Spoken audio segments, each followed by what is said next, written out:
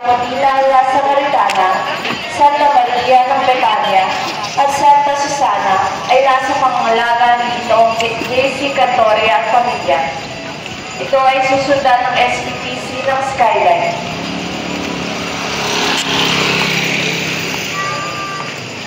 Santa Veronica.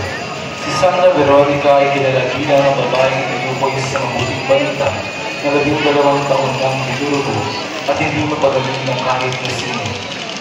Nang makalapit siya kay Jesus, tinimpo niya ang laylayan ng kanyang damit at siya ay gumaling. Siya rin ang babae na nabot ng tulong sa ating Panginoon habang ito'y patungo sa Kalbaryo. Nakilala si Santa Veronica sa kanyang biraw nang malarawan dito ang dugong mukha ni Jesucristo.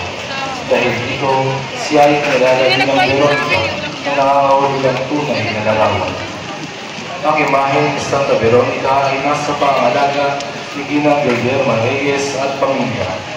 Susundan ito ng SPPC ng North Groves, Buyones.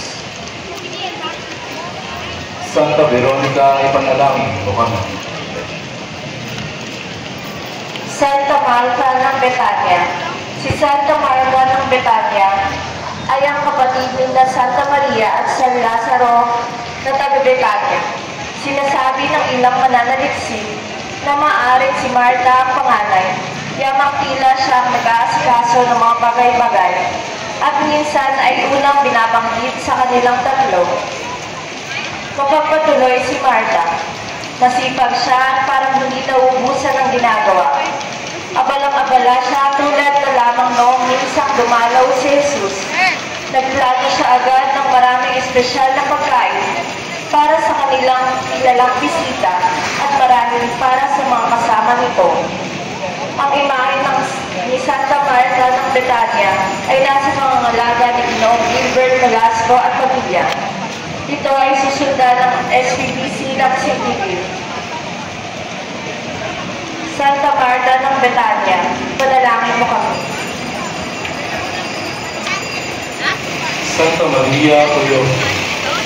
Santa Maria Cleofe Jacobe ay kilala rin bilang Santa Maria Cleofe na asawa ni San Cleopas, na kapatid ni San Jose na ama ng ating Panginoong Jesucristo.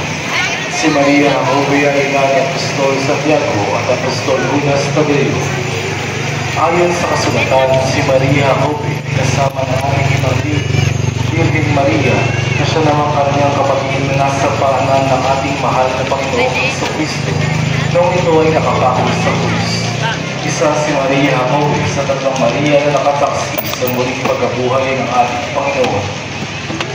Ang imahe ni Santa Maria Cleofe ay nasa pangalaga ni Ginang Fabiana Bagsig at pamilya.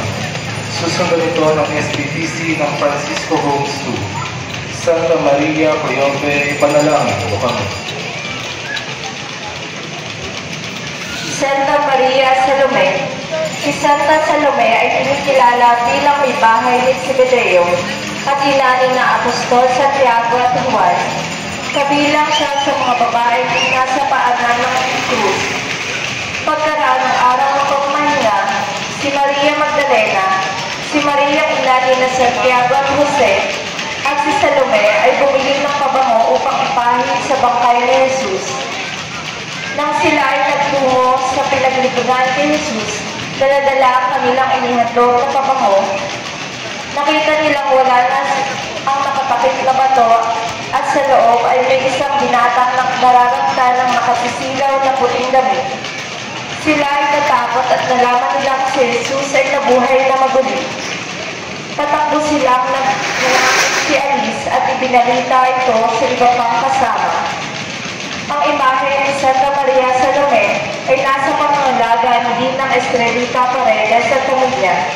Ito ay susundan ng SPPC ng Graceville 3. Santa Maria Salome, ipanalangin mo kami. Santo Epiero. Ang Santo Epiero ay isang imahe ni Jesus na naglalarawan ng kanyang pagkamatay. Ang imahe nito ay nakahimlay at may mga marka at sugat ng kanyang pagpapakasakit sa Kalbaryo at pagpapakako sa krus. Sa banal na kasulatan ni Juan Jose de Arimatea, ang bangkay ni Jesus at inalip nito sa isang malinis na kailino at nilagay sa sariling bagong lilingan na kanyang inupit sa bato.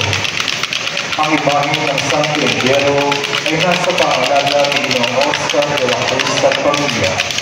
Susunod ito ng extraordinary minister sa The Holy Communion at ang relasyon ng Tunglang Pilipinas.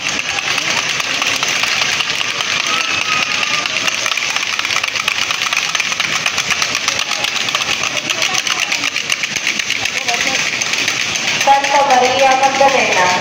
Si Maria Magdalena ay isang babae na pinagpayayasan ni Jesus ng 7 demonyo. May mga palagay na maaaring nanggaling si Maria Magdalena sa siyudad ng Magdala dahil sa kanyang pangalan sa banal na kasulatan. Nasaksihan ni Maria Magdalena ang karamihan sa mga pangyayari sa pagpapako kay Kristo. Naroon siya sa paglilitis kay Jesus. Narinig niyang gawad ni Poncio Pilato ang hatol ng kamatayan kay Jesus at nakita rin niyang paluin si Jesus ng berdugo at hiyain ng mga tao. Isa siya sa mga babae na nakatayo malapit sa krus si Jesus, kasama nila San Juan at Birheng Maria. Ang imahe ni Santa Maria Magdalena ay nasa pangangalaga ni Ginoong Lope at ilang Baby del Rosario at pamilya. Ito ay susundan ng SPTC ng Villa San Jose. Santa Maria Magdalena, panalangin mo kami. San Juan. Si San Juan ay anak ng Zebedeo at Isabel. Tulad ng kanyang ama, siya ay isang mangisda bago niya hinahamang ng gas ng pagsunod kay Jesus. Nauna siyang naging tagasunod ni San Juan Bautista, subalit naakit siya kay Jesus. Nang maging tagasunod siya ni Jesus ay nakilala siya bilang pinakamamahal na alagad. Si San Juan ay kasama sa San Pedro at Santiago Apostol na kanyang kapatid, na naging saksi sa himalang ginawa ng Panginoon sa tuwing iguhit ng mga larawan ng Apostol. Naging pinapakita na si San Juan ang pinakabata sa lahat ng Apostol.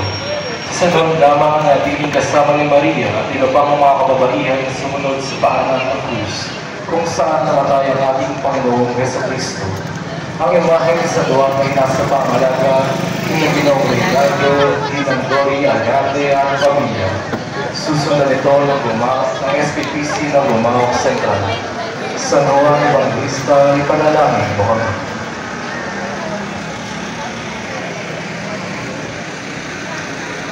Mother Dolorosa, ang inang puno ng paghati at dalamhati dahil sa sinapit ng kanyang anak na pinahirapan at pinatay. Ang puso niya ay pawang tinarakan ng 7 punyal. Ang imahe ng Mother Dolorosa ay nasa pangangalaga ni Ginoong Gilbert Velasco at pamilya. Ito ay susundan ng mga mananampalataya. Mother Dolorosa,